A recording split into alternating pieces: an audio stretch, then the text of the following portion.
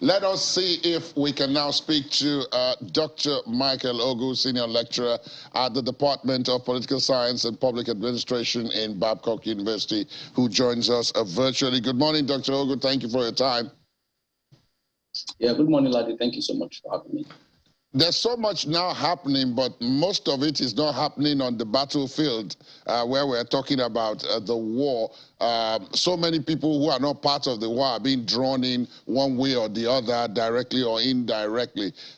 Do you think perhaps this gives us some motivation, because many people who are not part of it and who were not part of it to start off with are now being drawn in? Is there a motivation now to address this matter and bring about a peaceful resolution of it? Yeah, thank you very much for the question. I think that right from the very beginning, there has been that motivation to end the conflict as quickly as possible, because at the very beginning of the conflict, there were permutations that if it lingered, there will be more consequences, and that's what we are seeing now, that the war is dragging, or the invasion is dragging rather, and we're seeing that it's affecting a lot more territories. It is expanding beyond just Eastern Europe, and so perhaps there are other actors who are feeling the pinch now of the invasion, and so there's this renewed call for ceasefire, for truce and all of that, which of course is what we are seeing happening now with Hungary and Italy and all these other actors who are coming in to say, oh, let's see how to resolve this as quickly as possible. Stay with me, Dr. Ogu. We're due for a break at this point. Please stay with me, because when we come back, we'll be trying to examine some more of the other issues with you. But stay with us also, our viewers. UEFA is to keep Belarus and Ukraine apart in competition draws. We'll tell you more about that after the break. Please stay on this.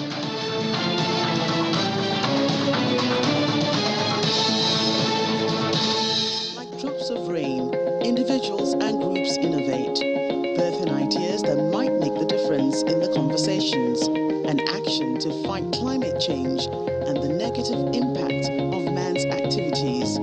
Innovative thinking from Africa and Europe to save our planet, to light up our cities without tearing apart the ozone, making progress safe and sustainable. On Eco Africa, we highlight the efforts to live and grow sustainably at these times on Channels Television. Millions of people living together in one community, working together in the same trade. We go into their midst, find out how they live and work.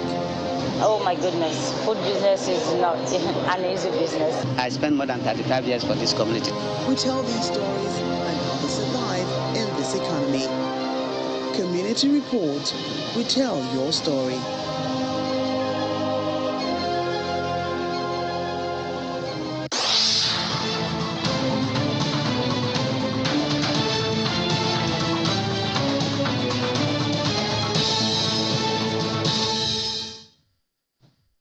Thanks for staying tuned. Welcome back. As we promised, Dr. Michael Ogu, Senior Lecturer at the Department of Political Science and Public Administration at Babcock University in Ogun State, is still with us.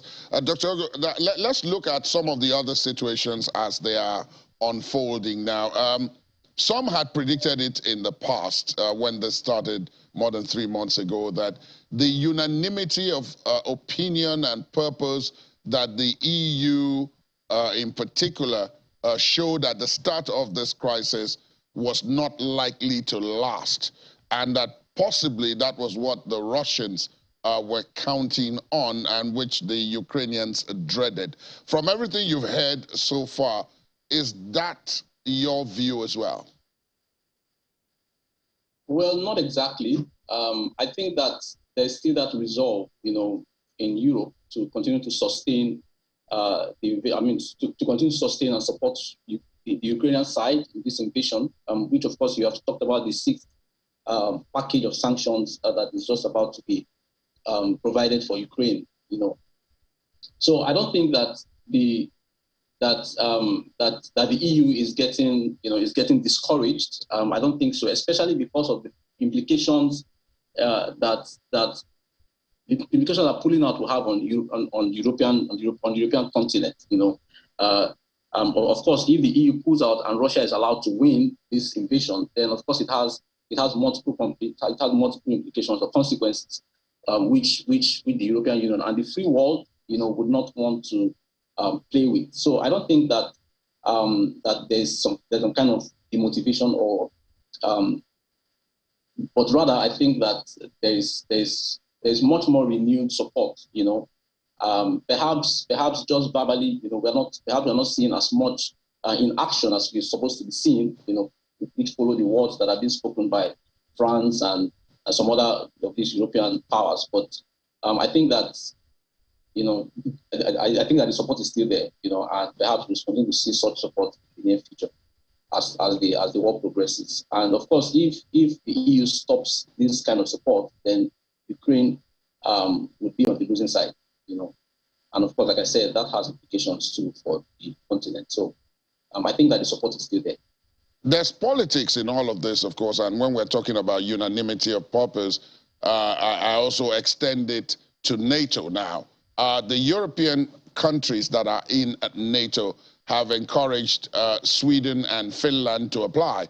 But the fly in the ointment at this point is Turkey, because Turkey is opposed. And unfortunately, or fortunately, depending on where you stand, one of NATO's rules is that there must be unanimity of all its members before any new member is admitted. And Turkey, for now, is saying no, they cannot admit this.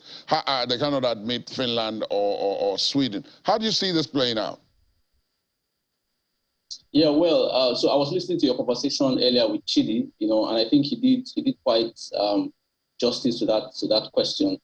I think Turkey is refusing the joining of Finland and Sweden because of certain personal interests, certain perhaps Turkish interest, certain personal interest of the Turkish president, which goes back to certain arms deals that between Sweden especially and Turkey in 2014 thereabout, and some other personal issues which Turkey perhaps feels will not allow them, have a cordial relationship with Finland and Sweden if they join NATO. So I think that is the bone of contention as to why Turkey is refusing these Scandinavian countries joining NATO at this time.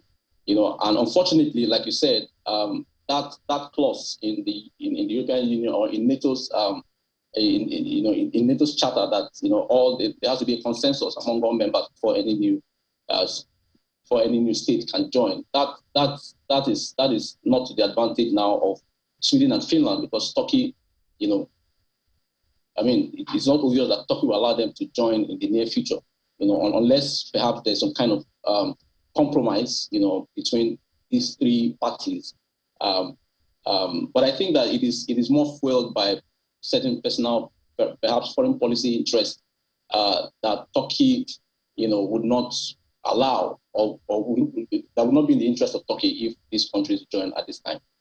So you think that at some point, do you think that at some point, therefore, if they are offered enough quote-unquote carrots, they will probably step back and agree with the rest of NATO that these two countries can join? Yes, I think that, yes. If perhaps the Swedish and the Finnish, the Swedish and the Finnish leaders could reach a compromise with Turkey, I think that Turkey will step up, because it is not necessarily, it's not necessarily within the purview of NATO that Turkey is seeing this. I think that Turkey has more personal interest, like I've said, in their refusing Finland and Sweden to join, because it is in the interest of these countries that they join NATO, especially at this time, and considering all the various reasons that they have put forward, which is motivating them to join. So it is in their interest that they join, So I think that if they offer carrots to Turkey, like you have mentioned, I think Turkey will step back and allow them to complete the process of joining NATO. Indeed, so much to look forward to, and so much to take a look at as the events unfold.